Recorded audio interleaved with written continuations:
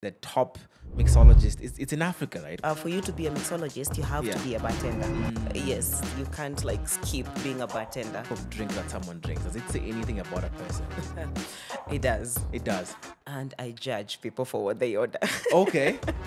What's the most expensive cocktail you've ever made? Ideally, it would have costed say 3,000 Kenyan shillings. The idea is I was trying to come up with a cocktail that tastes like a cigar. What's the biggest tip you ever got? Overall, on a night, from different tips, I've made 90,000 in one night. You made 90,000? Yes. What restaurant is this that you're working at? Because the trick behind it is communication. You have to be really good with communicating. Sell lies if you have to. Yeah. You sell lies, but you've packaged them properly. do men get equal tips? Yes. We have men who get crazy tips. A peculiar question, what you're talking about in terms of the hard period you went through. Yeah. Do you think money would have solved your issues? Oh, yeah, for sure. For sure. Welcome back to Financially Incorrect, a podcast about money journeys, a podcast highlighting different people, how they spend their money. And we're really trying to find out, is it as easy as it is logically? People say, budget and live within your means, and very theoretically it works. And here we go and we talk to people in different career spaces, trying to understand whether it really is that easy to live it out practically. I guess it was me. I did get a DM earlier this week from someone in Tanzania who was like, hey, really enjoying the show all the way from Tanzania, and wanted to just appreciate that feedback. We've gotten responses from people from Uganda as well. I think those are the East African countries we've had. We haven't had it from anyone. Actually, my cousin from Rwanda, he's Kenyan but lives in Rwanda, also sent me a message. So I guess technically we've gotten some feedback from there. But just to give you guys, I guess in Tanzania, a bit of joy, a bit of context, FX Pesa is very soon opening up their offices in Tanzania, which means that you will be able to have trading classes, and you can benefit like the people in Uganda, in Kampala, and those of us in multiple offices in Kenya. There are too many for me to mention, and I keep forgetting exactly where they are. But as usual, if you'd like to have any trading classes, understand more about trading, FX Pesa is a partner for you. In Tanzania, that's coming very soon. If you'd like to open demo accounts and trading accounts and actually get into the Forex, trading commodities, trading gold, all sorts of different things, FX Pesa is a solution and the partner for you. Today, I am having a conversation with a mixologist. Yes, yeah. Correct? And I want to be very particular about that term because she says she thinks it's thrown around too often. And there are bartenders who are called mixologists and they really aren't. Yes. But yes, Samia, welcome to Financially Incorrect. Thank you. Thank you for hosting me. Yeah. Yeah. You said the cameras love you. You've tried to run away from the cameras for a couple of years now, but they keep finding you. They keep finding me. Yeah. I don't know if it's fortunate or unfortunately, but I think it's fortunate because I get to share my stories and I get to inspire people in the industry, people who are growing up and maybe someone who's never met me or they kind of happen to know about me. So it's a good space. I'm done trying to run. I'm done. Yes. Okay. Just to give some context, I mean, Samia was on one of the biggest shows in Kenya. Well, two of them. One of them being Tahidi High and Makutano Junction. Had a 7-year career? Yes. Yeah, as an actress. Yes. And then pivoted and now is the top mixologist. It's in Africa, right? Well, the award you won in 2016 was an African. It was a Kenyan award. A Kenyan award. But also I happened to be the first African female to be a representative in the global competitions. Right. Do I define it as a mixology space or is it? It's more of a bartending space. Right. Yeah, it's more of bartending because for you to be a mixologist, you have to be a bartender.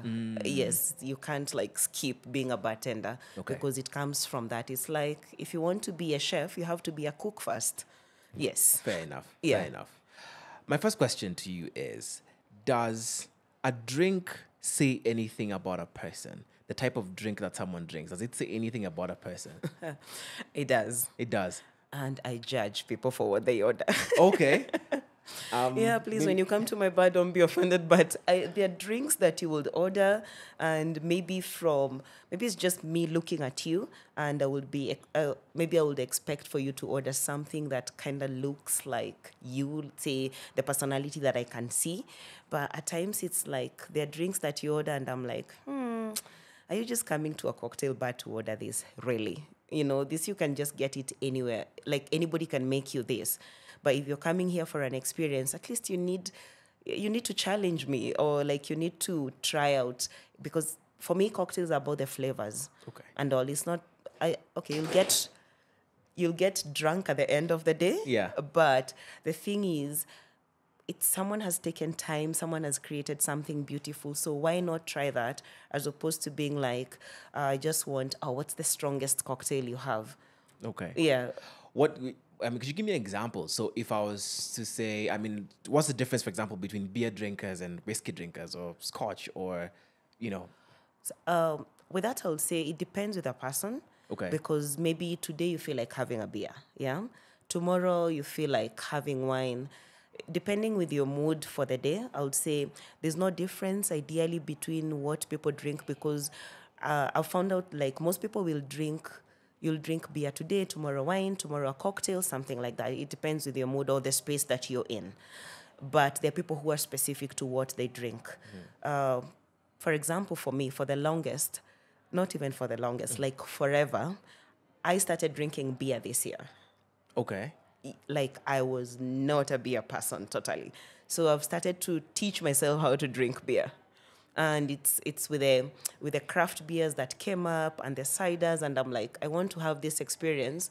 But then also for me professionally, if I need to be able to explain the difference between this and this, or I need to understand all the craft beers or the ciders that are coming up in the market, I also need to be able to enjoy them, or just find what works for me. Okay. So there are people who are not beer drinkers. There are people who are not either spirits drinkers or wine drinkers, but along the line of maybe they're drinking, they've tried, I tried this, I didn't like it. I tried this, I didn't like it, but I found that this is what I like. So it depends. Okay. Yeah. So there's no inherent connection, you'd say, between someone being someone preferring whiskey, and that's saying something about who they are as a person. Like saying a whiskey drinker would be more bold, or be more, I don't know, open or creative. I don't know, any sort of weird touch points. It's really hard, but then there is also that there are people who are really particular, and from the way they express themselves, you'll be like, wow, no wonder you're a whiskey drinker. Like, the persona of what we perceive a whiskey drinker to be comes off.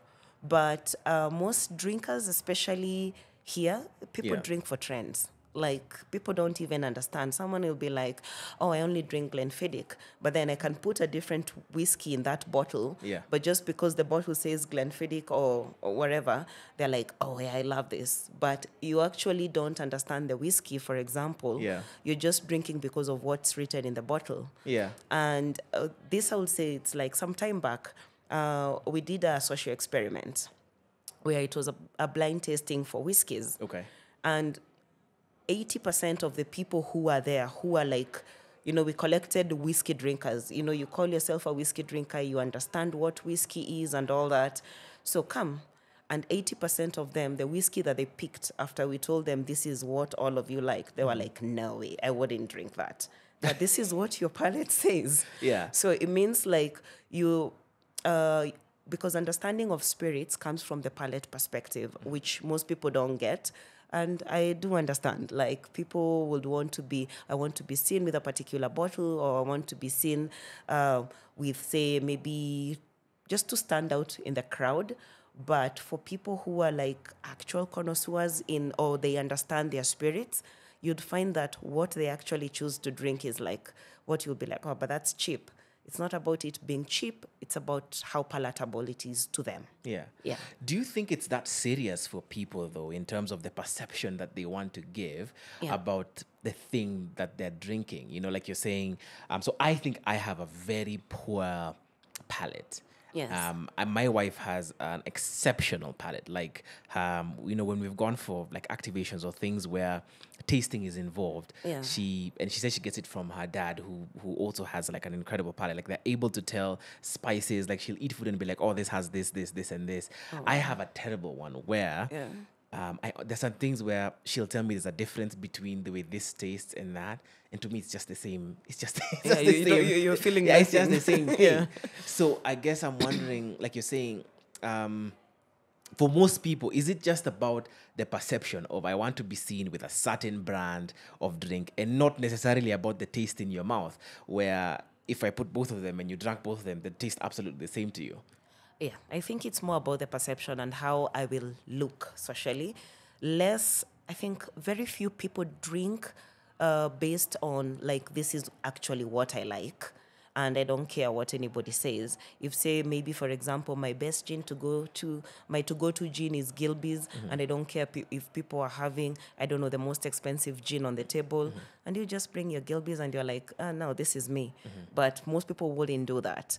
So I think the understanding, it's people are still yet to understand spirits. Yeah. Yeah. Okay. What are like your top two drinks, or cocktails or concoctions that you'd make for an evening, like just a chilled Friday evening?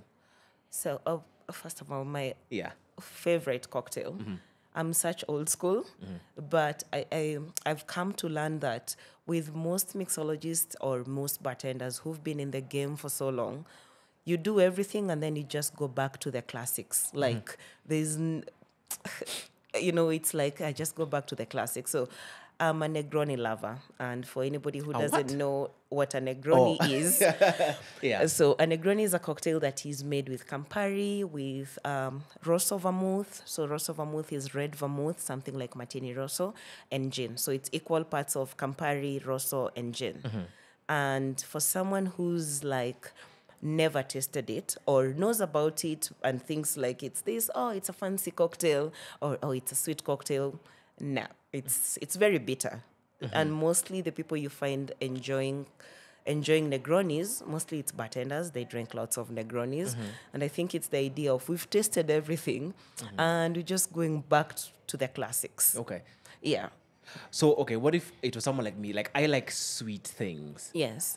So what would you recommend for me, like if I wanted to make myself a cocktail? So you wanted to, do you prefer gin or whiskey? So these are the questions that will come. Are you a whiskey, gin, vodka person? I couldn't even tell you that. You couldn't even tell. You just want something sweet. Want something I just sweet. want something sweet. Yeah. Okay, then I would create something sweet for you. What would you like? Yes.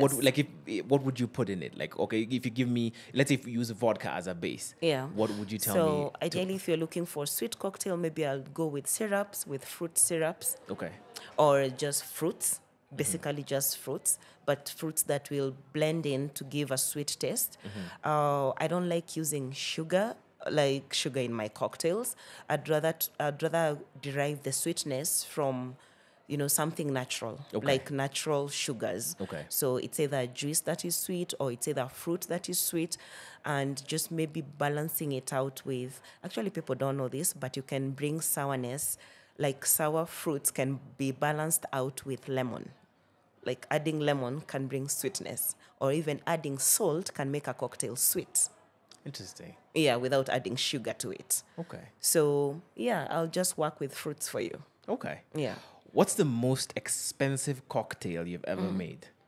The most expensive. And how much was it? Yeah. What went into it and how much was it? I think the most expensive cocktail that I've ever made, ideally it would have costed like, say, 3,000 Kenyan shillings. Yeah. And it's from the spirits that I use because it's super premium spirits. So I would say I used an expensive rum, which is Ronzacapa, which is, it's expensive. How much does it go? How much is a bottle? I think a bottle goes for like 12,000 or between 8 and 12,000 shillings, like on retail. Okay. Yeah. And then using Lagavulin. So Lagavulin is a smoky whiskey. And that one goes for, I think, either it's between 20 20K, between 20K to 30K, depending. Yeah, so, yeah, and a mix of, so I mixed both. And the idea is I was trying to come up with a cocktail that tastes like a cigar. So the Lagavulin is a smoky whiskey. So Ronza Kappa is also a very heavy rum. Yeah. So the combination of those two gives you like a taste, like when you taste it, and if you've even smelt a cigar or smoked a cigar, you'll feel like you're actually drinking a cigar. Okay. Yeah. That's really interesting. 3,000 bob for a cocktail. So that's why I'll say it's the most expensive. It can be, because what makes a cocktail expensive is the spirits that you're using. How expensive are they? And that is also one thing that people who go out to cocktail bars need to understand. It's not like, am I paying what? I'm paying 5K for this. Yeah. And it's only like half a glass, because most people are like, no, I can't pay 5K for this. But either someone has done infusion of syrups, or they have, it has taken time. It's an art. So I might just be mixing two things there, but those two things took so much time because the infusions that even take a month to create. So I've taken a month of my time just to create something. Yeah. So I have to charge you more. Yeah. Yeah. Okay. Do you think as a culture we're moving closer to a space where people would have a better appreciation for the cocktails in the drink? And what are your thoughts on, I would say, like the gin explosion of the last 2-3 years? Yeah. Thereabout? Yeah. Have any thoughts on that? Yeah. So first of all, in regards to people getting to understand drinks and appreciate cocktails, the culture is growing, and I do appreciate that. And also it's because there's exposure now, people know what's happening out there thanks to social media and all that. People have traveled, so they do understand that, I'm not stealing from you if I'm serving you in a small glass and charging you this much. And people have started to appreciate. Also, people are curious. So it's a good thing for the hospitality industry or for the bar industry in Kenya that now we have people who understand. Yeah, and are curious about taste. Again, it's not like I just want to get hammered. No, there are people who really appreciate. Then with the gin trend that just happened, so in the spirits industry, trends come and go. So it will be, there's the gin craze, then gin comes, disappears. So like right now, what's the trend that is moving, or the next trend is in tequila. So it's coming back. So it's coming back. That's the big thing. So there was like, we are not too sure whether tequila will take on or rum will take on, but in Kenya, I'm sure tequila will take on because people in Kenya are not rum drinkers. Yeah, if you ask someone to mention to you a rum, can you name a rum? I don't know. Is Malibu a rum? Is that a rum? So see, it's actually not a rum. Oh, it's not. It's a liqueur, but yeah, everybody thinks, I drink rum. Oh, what rum do you drink? I drink Malibu. It's not a rum. It's a rum-based liqueur. Okay. But that's what people know as rum. Okay. Most of the rums, say the likes of Bacardi or like Havana, people think of them as vodkas, but they're not actually vodkas. They're rums. So people are not rum drinkers. They would say I can drink a rum cocktail, but they're not rum drinkers. So we're getting back to a tequila So we are getting back to tequila. Okay. Or we are still like the brown spirits. Okay. Yes. Okay. Interesting conversation on, I guess, just understanding alcohol. How alcohol and how alcohol works. Okay. Tell me, what was growing up for you like? And from a financial perspective, I mean, I know from the interviews and the Engage talk that you've done, you've talked a little bit about how you were raised by a number of women, and in fact, the first person you called a mom was your grandmother, if I'm not wrong. Yes. So what was it like? So growing up, I would say I came from an average family. Yeah. We were not the richest, or we were not poor. Like, I got everything provided for me.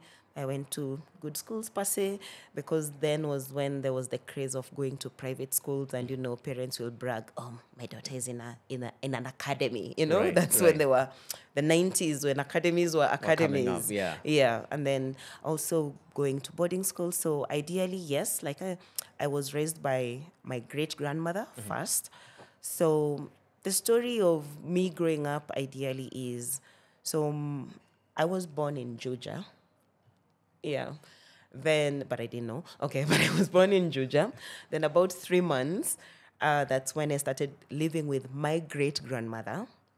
So from when I was about 3 months to about when I was around 8, 7, I lived with my great-grandmother. And yeah, I knew her as my mom. I think I was a stupid kid.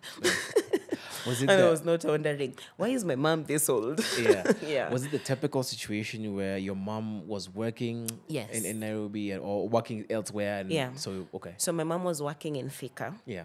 And so she was working, coming to see me on the weekends.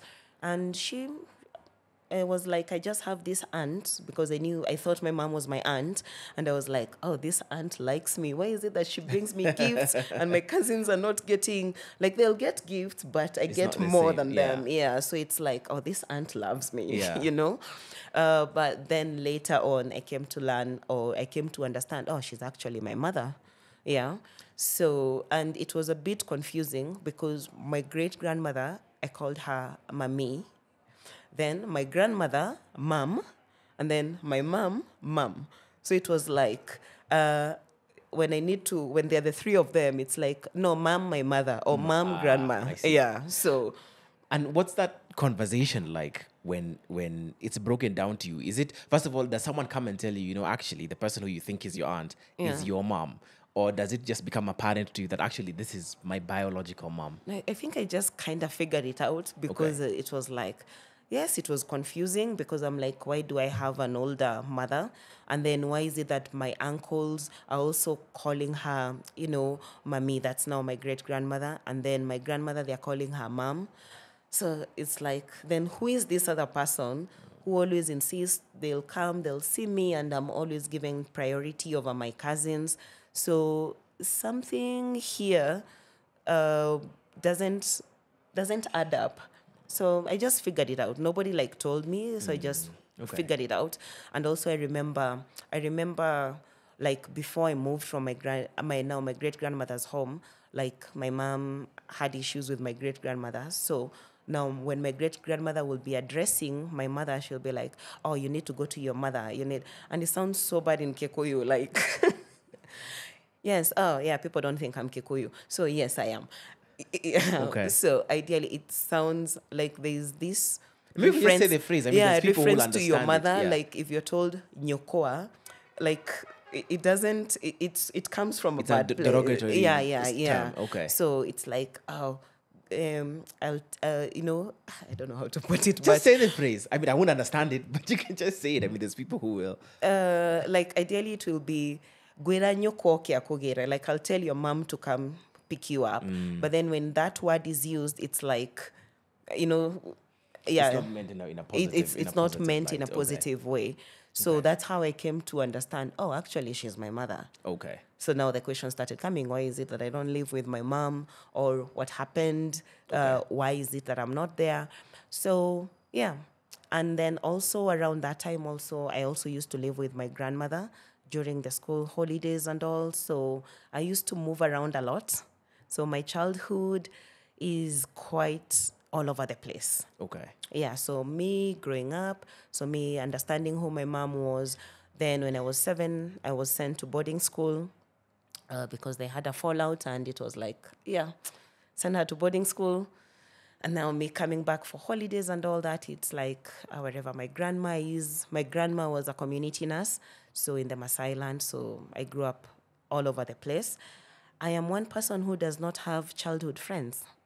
Like, if you ask me, we grew up together, we kind of grew up together because nobody really knows me. That's the thing. Nobody you moved around a lot. Yeah. I know people from different places, but we don't have any connection because this time I'm here, next time I'm here. Like, we grew up knowing each other, but not actually, we didn't have a connection. So, yeah, that's what happened in my childhood. Okay.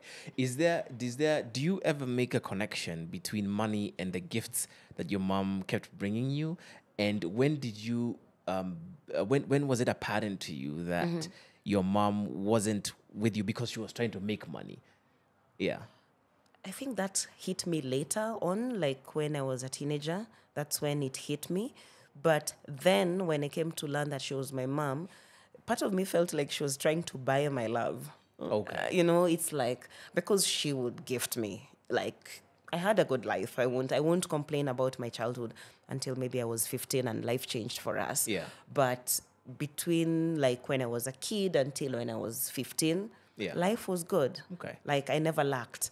But now I kind of felt like when I understood that she's my mother, because she used to go over and beyond, like for what she could afford, And I felt like it's like she's trying to cover up for, not being with me. There. Okay. Yes. So what happens at 15? So when I was 15, my mom fell sick. Okay. And she lost her job. She had a really good job, and now she lost her job. And actually, it was when I was 14, because I remember it's just when I was about to join Form 1. Just when I cleared Class 8 and all that, she lost her job. She became very sick. And it was in and out of hospital. And now I couldn't, first of all, I was angry because I couldn't go to the high school that I'd selected. I had to be sent to a high school in the middle of nowhere. And was that because of money? Yeah. Because that's the school that we could afford. So at that point in time, does this money thing now become apparent to you? Does it now become like alive to you of, okay, there's a thing about money and... Yes. Yeah. So now I come to understand, like, we could afford that life because we had the money. Yeah, like, we were comfortable because money was there. Now my mom has lost the good job that she had, and life has to change. So all these nice little things, or like the little pleasures of life, were no longer there. Mm-hmm. Like, we couldn't go out as we used to. If I ask for something, it had to be, oh, no, you need to wait, or no, we can't get that right now. So now I started seeing the difficulties that I couldn't see when, say, I was in primary school, because life was good, you know. I didn't see any struggles. Like, we never struggled, yeah. But now when I was in high school, I'm like, why are you sending me to this school? No, you need to understand that you need to go to this school because this is what we can afford for now. And then the story of, you'll transfer. Yeah, I never did until I was, 4 years. Yeah. So, and I could see she was struggling because my grandma had to come in. I think my grandma paid my fees for the first 2 years because now my mom was struggling, and the other job that she got wasn't as good as her previous job. So it was just to make do. And what career space was she in? What was she doing for work? So she, between the first job she was and the like a second job? secretary receptionist thing. That was her specialty. And she used to be a personal assistant for one of someone big I won't mention, but she had a really good job. That was up until you were 15. Yeah, up until I was 15. And now when she lost that job, and it's because so there was a scandal, blah blah blah. She lost the job, and then unfortunately, when she lost the job is when she got sick. So you see, it's like everything now piled up. And now the second job that she got, she was just like a personal assistant to someone else, but it wasn't, wasn't the same. It wasn't the same. So we struggled. Yeah, we had some struggles on that, What impact does these 4 years now that you're in high school, where your grandmother is paying paying your fees for the first 2 years, you're seeing the difficulty, you're seeing that life has changed because our financial situation has changed. What impact does that have on your career choice? First of all, on my behavior first. Because I became super rebellious. I was like... And you think the source of it was because of the difficulty you were going through? I felt like, why does it have to be like this? And then I was not... I knew we were struggling, but then I was like, but why are we struggling? Why? Just go find another job. That's what I was thinking. Find a better paying job. Why does it have to be this job? But then also she was in a space that then I didn't know, but she was going through depression, stress, and all that, but I didn't know. Now that I'm older, like, there are things that, I put back together. But in my career choice, I was like, so I used to say, like, when I grow up, my mom inspired me in a way, because I was like, I want to be this single, independent woman.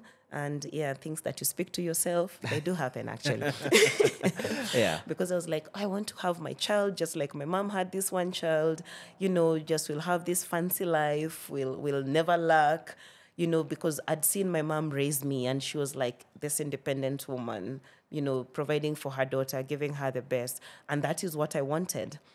And now, when we were at that point where now she didn't have the money and all that, I was like, really, I want to, you know, finish school, take care of her. I want to have this good career. So ideally, I wanted to be a scientist.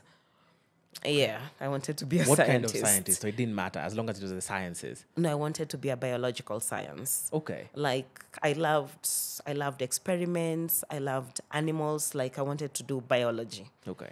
But then along in Form 2, I was like, you know what? This is not about to be my life. Like some self-loathing. Something happened to me while I was in Form 2. As much as I became rebellious, but mine also came from a point of looking back into myself. Because when I was a late bloomer, I was this tiny person who, like, I didn't see the self-worth in myself. And then also home, the way things were happening, I started feeling like I'm hating myself. So, and I just decided I am not, for me to be a scientist, I need to be like good with books, good in science. And I was like, I'm not doing this school thing anymore. I don't want to be anything. I just want to finish school. That's it. Okay. Yeah. So, so you move from a mindset of, you know, I want to have a child and a great life. I want to be able to afford anything I want. Yes. And therefore the path to achieving that is through as a scientist, a biological scientist. Yeah. And then at some point you're like, forget this. I just want to finish school. I just want to finish school, and be like, okay, I finished school, bye-bye. And at that point, when you're having this thought about I just want to finish school, there's no thoughts about money now there at that point. It's just... So there's no thoughts about money. There's, like, I don't know, I just wanted to be a useless person in the society, if that's how I can put it. Okay. Yeah, like I'd given up on myself. Okay. I gave up on myself because I saw, like, my mom is not getting better. So... Yeah. So even if I pass, I won't be able to go to university because we won't be able to afford it. So why am I even trying? So looking back now, what do you think up until that point? I'm assuming you're finishing Form 4, your fourth form at 18 or 19. What have you understood about money?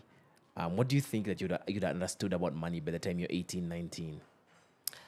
So by the time I'm 18, so like when I cleared school, what happened is, like, I moved out of my mom's place.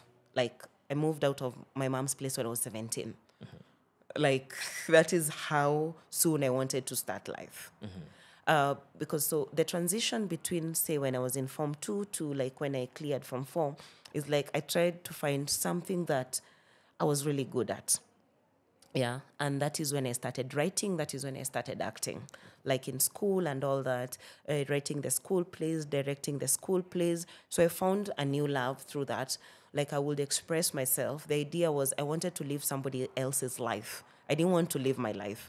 And the only way that I could escape is if I'm living a character. Right.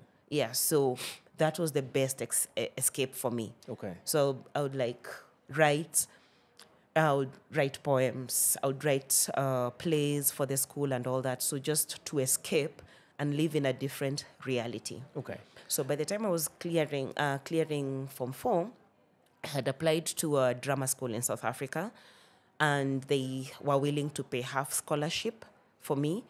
But then the other half. On the other half, we couldn't afford it.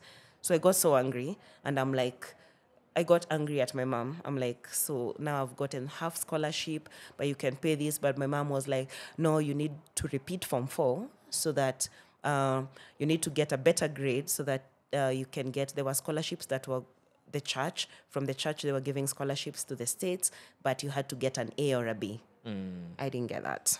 So it was like, you need to repeat, get an A or a B so that you can get this scholarship. I'm like, that's not what I want. I want to do acting. And I'd have this half scholarship, but then we can't afford it. So you know what? I'm moving out. How do you afford to move out at 17? No, she was paying my rent. Oh. It was only 2,000 bob. It was Okay. 2,000 bob. Yeah. So I moved out. So I came back. So when I was growing up with my great grandma, I grew up in Uthiru. So I found a single room in Uthiru, 2,000 rent. And then I'm like, now I'm pursuing my acting career. Went to the theater. I needed to make my own money. Went there. I started off with the traveling theater, the set books. Yeah, that's what I did. And they they were not paying well. It was like 300 a day. 300 bob a day. That's a payment that's what you're being paid as you're acting. Yes. Okay. And even for like performance, like when you'll do a performance, it was so if we have 2 shows in the day, so that will be 600 bob. And unfortunately, I never used to get the lead roles, which was like 500 or 700, per play. So it's like 300. I used to spend all of it, by the way. Yeah. When was this? What year was this? This was 2003. Do you know what the rates are now? If someone was doing the same kind of thing, do you know what they'd be paid now? Do you have an idea? Maybe 1,500 or 2K. Possibly. Maybe, yeah, okay. Possibly around there. Yeah, okay. Around there. So through this, the theater is how you get on into Tahiti High and Makutano Junction. Your journey there. Okay, I want to fast forward a little. Yeah.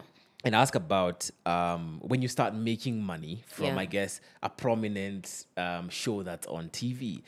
What's the offer that you get? What's the offer that you get, and what's that process like for you? So first of all, wow, it was more money. Yeah. And it was exciting because I think back then for Makutano, if I'm not mistaken, if I was a secondary actor, but then also there was like if you had lines or if you didn't have lines, so there was a different rate for that. And I think it was around 20K if you had lines for one episode. So it was good money for back then. So this is like 2006. Okay. Yeah, so it was good money. And I'm like, I've never been paid 20K just to perform. And I'm like, I had 2 lines and I got my 20K, so it was good. But then I was, again, the excitement plus I had no responsibilities. Yeah. So it was just partying out all the money. Do you know I was getting that money and my mom was still paying for my rent? I would spend all that money and then, hey, mom, I can't afford rent. So now I'd moved kidogo up. The rent I was paying was 5K. And I was like, mom, I don't have rent. Did you not have a thought that, okay, now I am making enough money to be able to be financially responsible. So the money that I'm making should cater to my living, capabilities. I think that kind of hit me now after 1 year of excitement of, I don't know, I'm starting to become a celebrity. And I walk down the street and people are like, oh, that's the girl from Makutano. That's the girl from Tahiti High, So, and then it kind of hit me. I need to make some savings, And I did make some savings because, they came to help me. I was saving, but not really. It wasn't like, I need to put in 10K every month, or it's just I have extra money, just throw it in, not knowing that it will come to help me at some point. But, yeah. At the peak of your acting career, how much would you reckon you'd be making or taking home a month? So ideally, a month, I think maybe around 80 to 100, depending. Yeah. And this is now when you'd be working on both Makutano and Tahiti High. Were they simultaneous? Yes. And although now Makutano was paying much better compared to Tahiti. Okay. Because on Tahiti, really I was a featured extra. It wasn't like a role. I was more of, there's this person who is always there. Okay. So it wasn't much what I was getting from Tahiti, but from Makutano I was getting more. Okay. Yeah. So now at that point, I guess at the peak of your career, when you're taking between this 80 to 100, are you then now paying your own rent? So now I'm more responsible. Okay. I'm paying for my rent. I'm even sending my mom some money. I'm trying to make it easier for her. Yeah. I don't pay your rent, I'll pay your rent for you. I'll do, the small things. I'll do them for her. So it was all good. It was all good. Yeah. How long does that last for, this peak period or this high season? So my peak period, I'll say unfortunately, it's cut short. Okay. Because so just when I was at my peak is when now my mom got really sick, and she passed on during that time, and I think I just lost it. I just lost it totally. Yeah. Yeah. So it was like I went, first of all, I was drinking myself like crazy. Drinking? Yes. Okay. And it was really bad. Like that's the only thing. Make money, go drink all the money, and go make more money, find shows, do whatever. Like I never missed work. I was super punctual. I always got my lines and all that. Like it never affected my work. It's like I became a functional alcoholic in a way. And some of the people I worked with didn't know about this because I I would just be by myself. Yeah, I'll just go drink by myself. And I'd gone back to college. Ideally, between that time that I was in Makutano, I was still in college, so I did journalism. Okay. Because my mom was like, it's kind of like she knew she was gonna die or something, because she was like, oh, you know what? I'll pay school fees for you to go back to college or just find a course that you want to do, just something. So I was like, I think I can do journalism. It's close to, it's media. I love acting and all that. So these are two things that are relatable. So I'll just go back, do that. So I'd done that. And then I'd finished that. And then I was going back now to do photojournalism, to just specialize on photojournalism because I really loved photojournalism. So I was like, this is something that I wanted to do. So I was back in school. But then, when my mom passed, that really destroyed me. Yeah. Yeah. So it was really bad. Yeah, I mean, sounds like you're just grieving. I mean, just honestly, just sounds like you're grieving. And then I think I didn't get time to grieve because I had such a hard time with my extended family in terms of like burying my mom. Literally, I buried my mom and she died in 2007. So my peak happens in 2006. And then 2007, enjoying the fruits of my labor and all that. Then she dies. And it was during the post-elections. So like everything was like total chaos. Yeah. And my friends helped me bury my mom. Like literally, my family had given up on me. So my extended family. I'm an only child. Why had they given up on you? Yeah. Why had they given up on you? Was it? It was just family drama. It's just family drama and all that. So it's like, oh, your mom is in Thika, they're on this other side, and they're like, you just have to make do. But I'm like, I'm just feeling, I'm only 23, I'm just a kid, I'm a grown up, but I'm still a kid because you can't deal with that. But my friends came through for me, and we just arranged everything. So I didn't really get time to mourn my mother. I don't think I ever mourned my mother. Yeah. I mourned my mother in 2016. That's a different story. Yeah. But in 2016 is when I actually mourned my mother.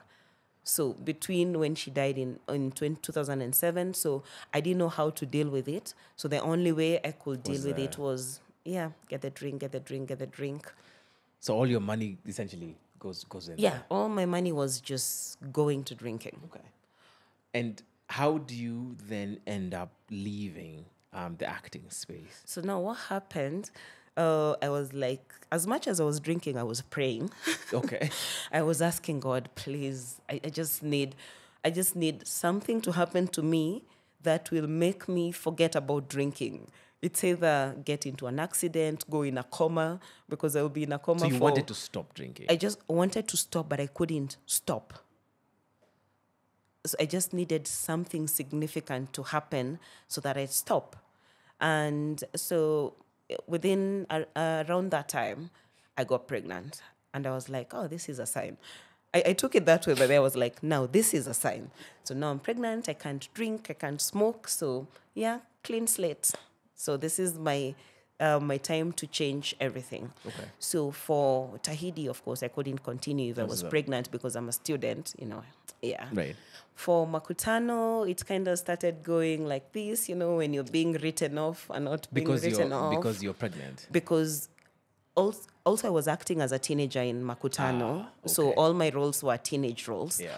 And in Makutano, this very super responsible teenager. Yeah, like so there was the epitome of the society. So it can be like all of a sudden. Yeah, all of a sudden, this teenager who is there, she's like the what? She's started a movement, girls' right and all that. Right. Oh, she ends up pregnant?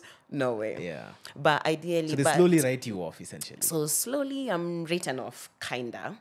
And then it's like, but I knew I wasn't coming back, because now my scripts started becoming lesser and lesser. And you just know, that feeling of, I don't think I'll come back. Did you know, I mean, from the moment you find out you're pregnant, did you know that you have a short runway, that you're like, I have 6 months and, my financial or my money sources based off of the acting career was going to be done?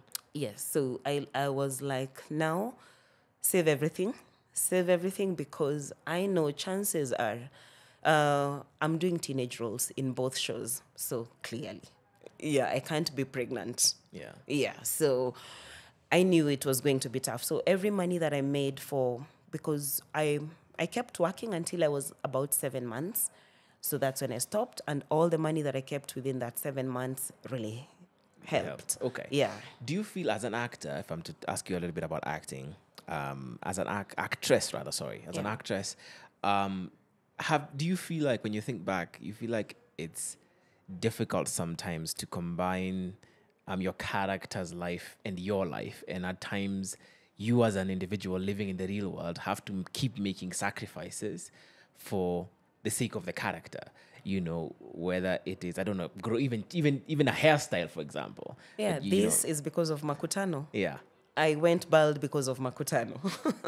Yeah. And how that happened was, like I said, there was this teenager, but like I was, the person who made sense in terms of, I was really fighting for the girl child.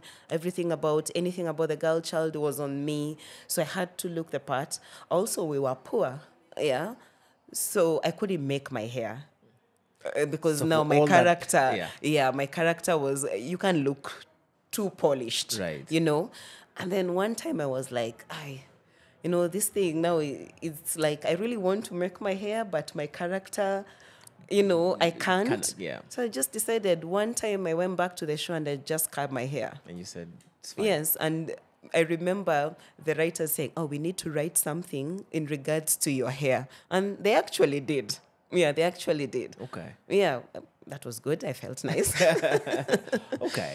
Yeah. One other question on that. Do you feel like you're truly able to create a separation between the character and yourself? And I'm asking this maybe particularly around like actors who have intimate scenes on screen. I usually think that it must be so difficult for a romantic partner or a sibling or a mother, father to watch their person have an intimate scene for the sake of the screen or the film. And so I wonder, I mean, as an actor, actress, do you really create a true separation between what I feel for this person as a character and what I feel for my actual like my actual person partner? Because like I can imagine, like if I think about like any of these great love series or great love movies, where if my wife was an actress and then she's acted in, I don't know, like Grey's Anatomy or whatever the case is, and this fantastic love scene or apologetic thing that she does on the screen, but then in person, in real life, she's not doing that, I think I'd find it really difficult to reconcile. I think also is for the person, for the actor to be able to define themselves. Like, this is a role and I need to be able to detach myself, which at times it's hard because at the end of the day, we are humans, And if all the time, say, you're my partner in this series and we have all these love scenes and all that, that's why people end up marrying, Co-stars. They are co-stars because I'm spending most of the time with you. Then we have all these intimate scenes together. At times that detachment becomes hard. It's also the same thing, even like for someone who works in an office, for example. Let's just even take out the acting part. you're spending so much time with this person in the office, so you end up being open to them because this is the person that you're spending so much time. A connection forms, and that's where you'll find that relationship is forming. But now it's for the person to be able to detach themselves, like, this is my job. And also for the partner, now for the real life partners, to be able to understand that you need to give people freedom to be able to express themselves. Because I've seen, like, say, actors who've married each other, and then they're like, oh, you can no longer do a kissing scene with someone and all that. But that's part of their job. Yeah, that's part of their job. It's just understanding that I can kiss that person, but it doesn't mean that I feel anything for them. Yeah, because I'm like, it doesn't make sense.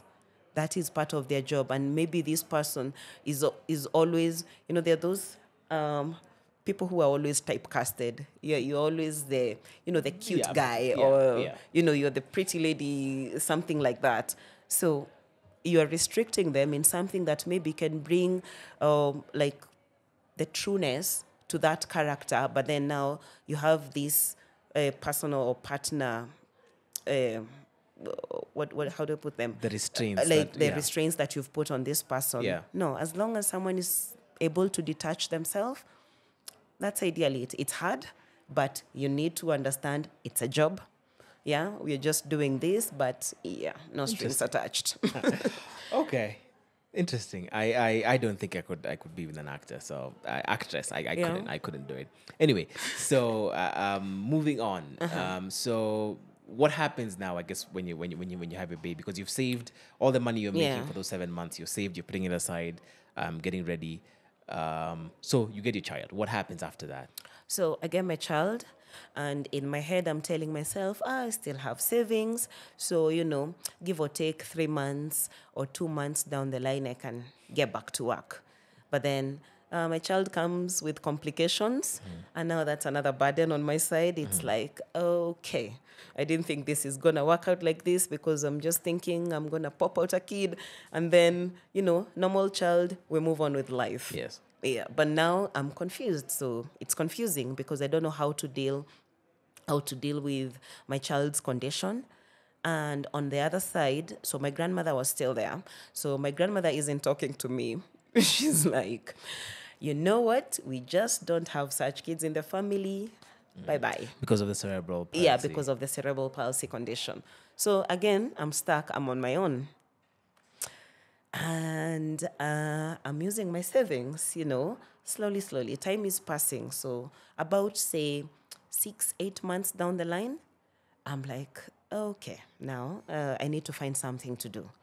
So I'm trying to, to reach out to guys from Makutano and all that.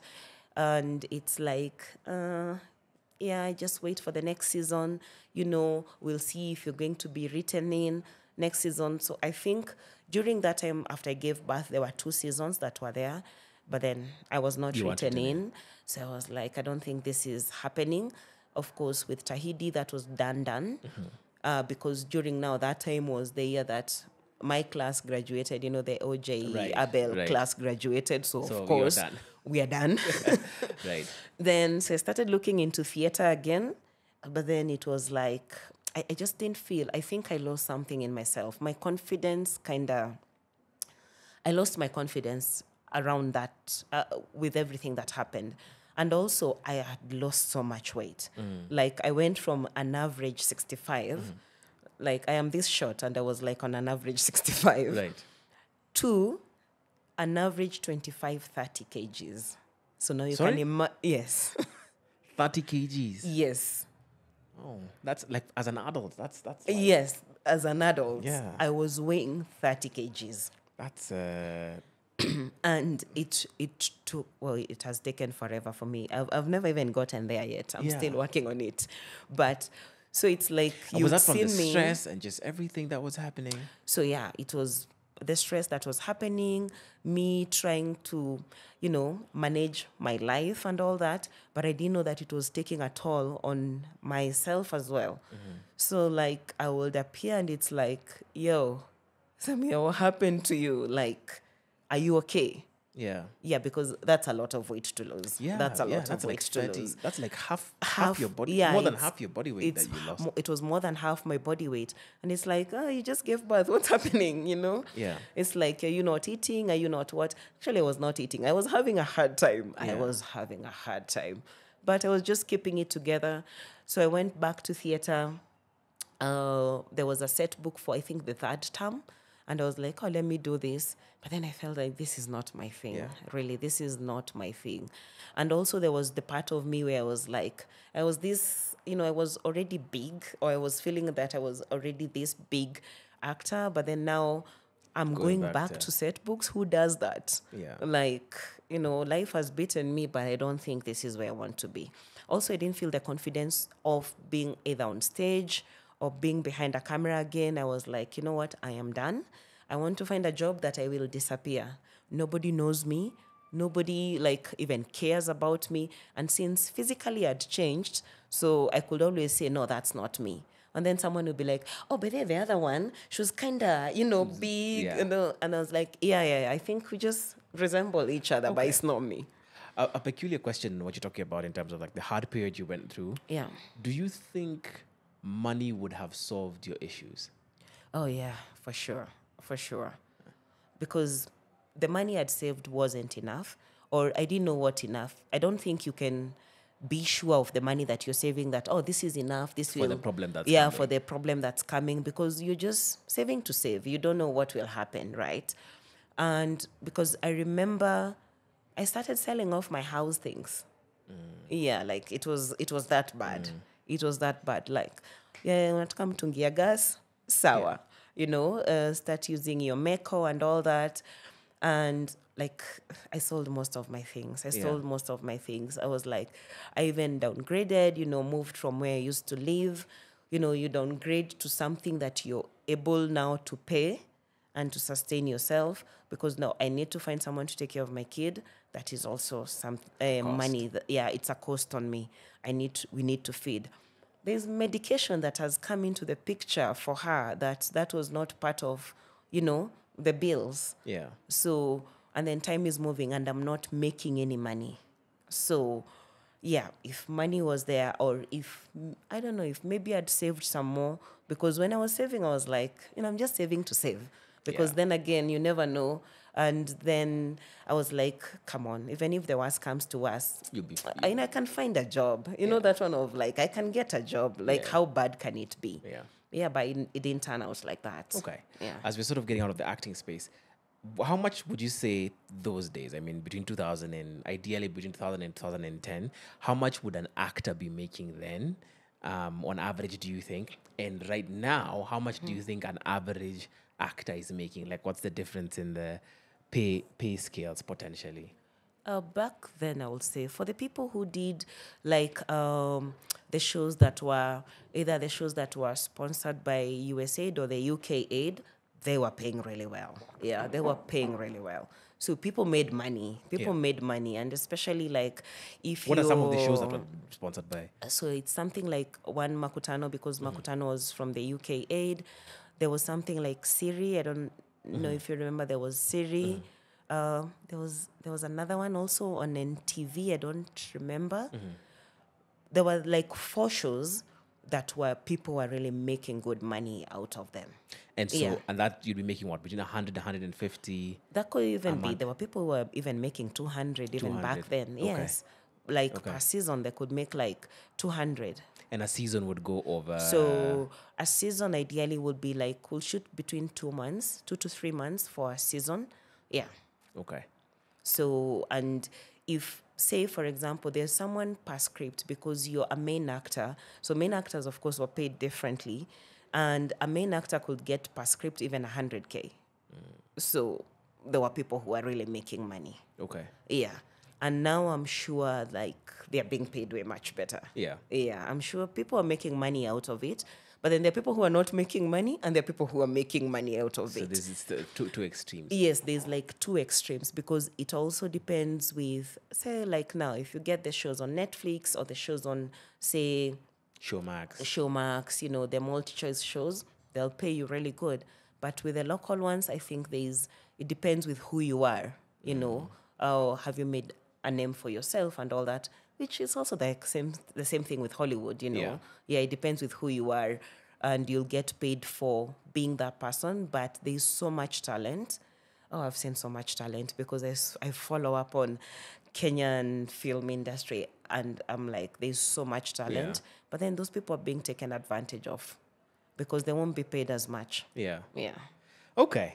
Anyway, that's a whole other conversation for another day. Yes. But okay, so as you get into how do you get into the bartending space? Because if I'm not wrong, you get a job as a waitress. Yes. Just so that you can pay the bills. Yeah. And then through that is how you make your way through to the bar. Yeah. So like. And were you concerned at all about getting into an alcoholic space again after the, I guess, alcoholic stint before you have your child? So it was a worry because I'm like, I'm getting into this and I'm like, I know myself. I can drink myself silly. So is this the right space for me? But then it's been a year and I was like, I have self-control. I think I can do this because ideally I don't think, as much as I was headed toward being an alcoholic, which I think at some point I was an alcoholic, but I think it's something that had triggered it because that wasn't me. And it was like, for these 6 months, I drank myself silly. And then it's kind of like just stopped because I think if I was truly an alcoholic, then even like say when I was pregnant, I would still go out and drink. I think I would have, but I didn't.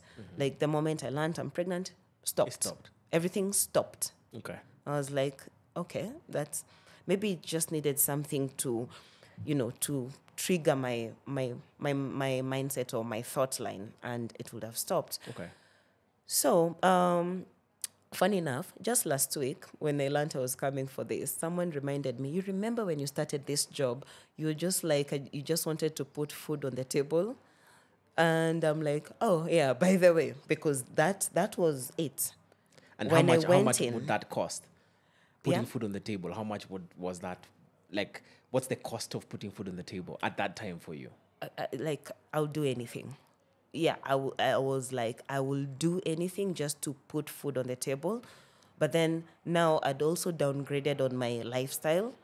Oh, God, the place I was living, Jesus Christ. I wouldn't even like to go there. Like, oh, God, please help me. How much was your life? How much were you spending a month at the time? My bills at that time was, say, around 25,000. So that's including my rent, food, paying for the house help, and medication for my daughter. How much was the medication? So then medicine was cheaper. So then I think it was going for around 5-6K for a monthly dose. So it was around 5-6K for the monthly dose. Okay. And I think my rent was 4,000, around 4,000. I had a house help for like 3K, Yeah. So like 25, I would have been sorted. Okay. And now I'm coming from a job that I was earning like 80 in a month to my first salary was 9,000 bob. As a waitress? Okay. And we have not removed taxes. Okay. But the beauty of it was tips were good. Yeah, tips were good. Yeah, we had Brian Babu who was here as well, who also told us he had a stint working as a waiter, and he said, you'd be able to make a decent amount, or you could double your salary based off of tips. Yes, because I'm like, I wasn't even touching my salary. It was just tips. And also, so I would say, thankfully, where I started, it was a premium restaurant, and, it was all about, so it's cosmopolitan. People knew, they could actually tip you nicely. So I was like, I didn't care. Like, yes, my salary is this, but I'm getting like even 10K in a day.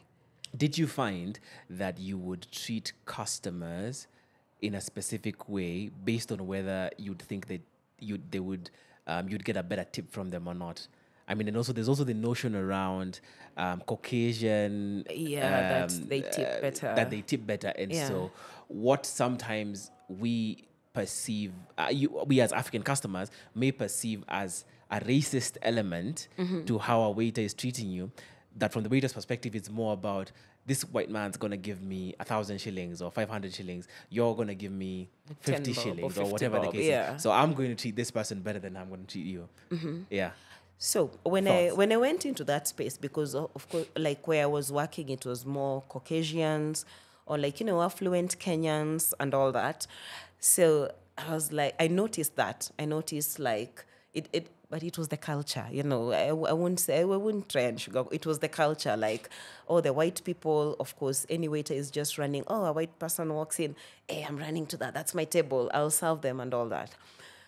So me being me, I was like, how about I start treating our people way much better and see how that goes? Because everyone is running for the Caucasians, but then now that limits,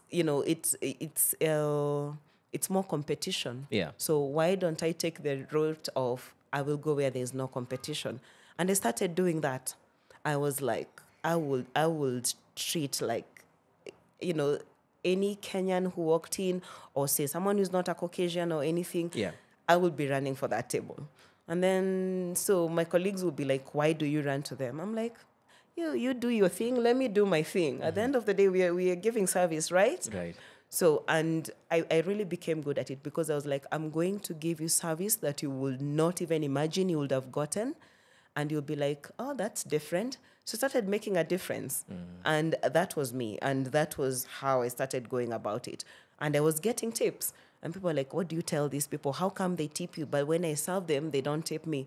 I'm like, it's the language. Yeah, you need to, it's like how you talk to them. Like, when you're talking to people, you're talking to them like you're in a rush because, oh my God, a Caucasian has walked in. So the focus is not even here. And this person that you're serving can see that. Give them attention, like shower them with attention. And one thing I learned was, like, we love attention. We love attention. And the moment someone is given attention, trust you me, they'll tip you. Like, they'll just feel guilty and they will tip you. Even if they're not tippers, they will. What's the biggest tip you ever got? Even, including now as a mixologist, what's the biggest tip you've ever gotten?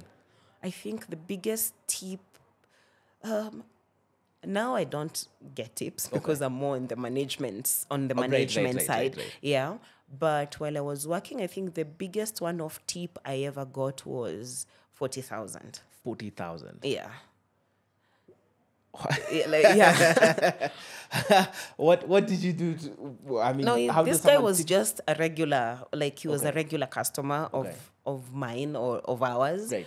But also there was this thing that we used to have where I was working was like, there are people who are like a people's person. So Barak comes, let Samia serve Barak, I see. Because someone else goes there, he won't tip. Right. So it was like, even if it's my table, but you go serve, then we'll split the tip, because even if I serve them, they won't tip me because they trust you. Yeah. So, but this regular customer of mine, so he was leaving and he was like, oh, thank you so much for the 2 years that I've been coming here. I really appreciate you. I value you. Yeah, 40K, just like that. Wow. Yeah.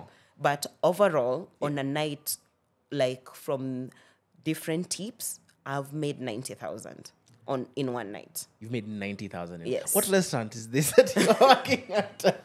Because no, I was actually not the person getting the most tip. Oh, people were getting crazy tips. Really? People were What's getting crazy tips. I had a colleague who was getting like 100 or even 200K. On tips. And I'm like, yo, what do you do? Show us your ways, Right. Yep, no, people were getting crazy tips. And so I want to ask what restaurants or what types of restaurants these are where... So, no, I'm not ashamed to say. No, please do. Yeah, okay. Yeah. Not ashamed. I didn't know whether it was exclusive or... No, yeah. This was Art Cafe when it started. When Art Cafe started, we were making crazy tips. But I was not working in Art Cafe. I was working for a sister company for Art Cafe. So there was a bar that was called Onami. Okay. So it was in Westgate, but it never came back after the terror attack. Okay. But we were making crazy tips. Yeah. We were making crazy tips. Yeah, 90K, 100K, 200K in tips. That's... Yeah, and oh God, people were making so crazy people just tips. like, thanks for the service, here's 5,000 or here's whatever. Yes. And you move. And I was not the best. Yeah. So now you can imagine. I was not like the super waiter there. Yeah, they were like, we had people who were calling super waiters, like this person, they will make even over 100K in a night. Okay. Yeah. And what do you think? I mean, if you look back now and try and like maybe dissect what it takes to get a good tip from someone. I know you've talked about, paying attention, giving attention, showering love. Is there anything else? Is there a science to it of these guys who would make major, major tips every night? So for the guys who... And is it more female or male? Do men get equal tips? Yes. We have men who get crazy tips. So it's not just the fact that you're female, that's where you're getting more tips from the male customers. No. And the trick behind it is communication. You have to be really good with communicating. Like sell lies if you have to. Yeah. You sell lies, but you've packaged them properly. Right. Yeah. So it's just that, first of all, is getting someone to trust you, because if someone doesn't trust you, of course they won't listen to you.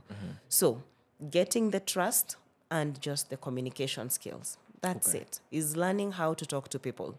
That is just it. You don't have to be the best salesman of the year. Do you flirt? Yeah. Do you flirt? Is it a space where flirtation is a tool that's used? Yes, it is. It is used. And for me, I think what worked for me is I'm coming from an acting space, so I knew how to fake it. Yeah. Oh, I will tell you, these are the most beautiful shoes I've ever seen. Oh, I love your jacket. I will. Yeah, like anything just to make you have that smile and to make you live there thinking, oh my God, that's the best meal I've ever had. Right. Or that's the best experience I've ever had. I will do anything. Yes. Interesting. Okay. Yeah, so it's just... flirting, but not like flirting in a professional way, not going all out. And there are instances where it goes a little beyond, where someone's like, okay, here's a great tip, and then like my number is written on the... Oh, that has happened. That has happened. Yeah. I've actually had a drink. So this is when I joined the bar, because starting off as a waitress, I didn't last long as a waitress, actually. I just did like 3 months. Okay. And I was like, this is not me. No. I feel like I should be an artist, or I'm an artist actually, but I should be creating art behind that bar.